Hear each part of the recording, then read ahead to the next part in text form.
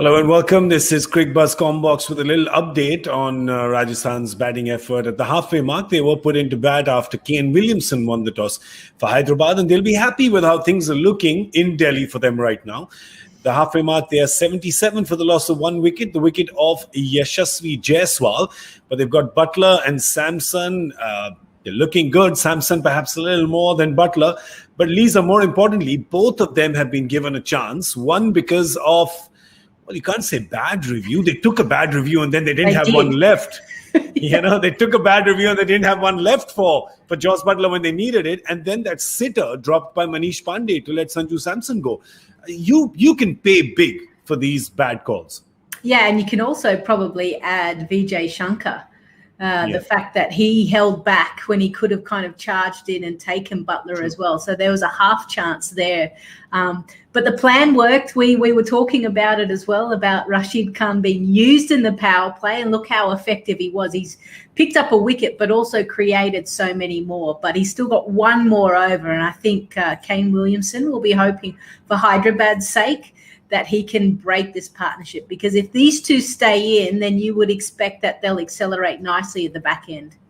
Yeah, and that's what everyone has been doing. The successful teams have been doing that in Delhi, where they keep a wicket, where they just lose one wicket perhaps in the top 10. And then after that, they go on and really accelerate and get close to 200. This team does have the hitting power to do that. If we just quickly look at what the bowlers have done. Rashid Khan used as an attacking option today. He's bowled 3 overs in the first 10. He's bowled in the power play. We haven't seen him do that at all. And there you go, 3 overs for 15, has one. Should have had 2 wickets, but well, it's just the one review. Sandeep Sharma and Bhuvi have both bowled 2 overs, as has Khalil. Vijay Shankar's bowled his 1 over, and he's been expensive. But the good thing for Kane today, Lisa, is that he's got plenty of bowling options. And he uses them well for New Zealand. And he'll use them well today as well. Yeah, and also you've got Mohammad Nabi as well, waiting there to bowl to a left-hander, waiting to kind of get these right-handers out. But I think potentially he may be coming around the wicket, targeting the pads of both of the right-handers might be an option. So he does have good options. We know how good Bhuvi, even Sandeep Sharma can be at the back end. They've got to be able to deliver for Hyderabad if they're going to keep them to a total that they can easily chase. But of course, with Samson and Buttler going, Buttler will need to kick on in terms of his strike rate. But when Buttler kicks on, he doesn't kick on like this. He kicks on like this. He goes into orbit. 200 on the cards if they can keep this going.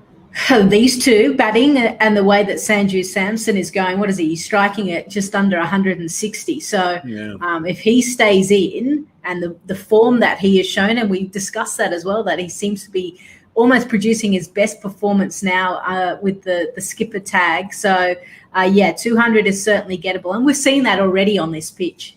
Hyderabad, if they can create another chance with Buttler and Samson, they'll want to hang on to that, because you can't. You leave one of these guys, you give him a second life, it makes you pay. If you give both of them a second, perhaps a third life, then, well, you're going to be crying all the way till the finish line. Well, let's see what happens. We're going to come back and review that at the end of the 20th over. This, of course, was Cricbuzz Comm Box. Thanks for watching. Thank you, Lisa.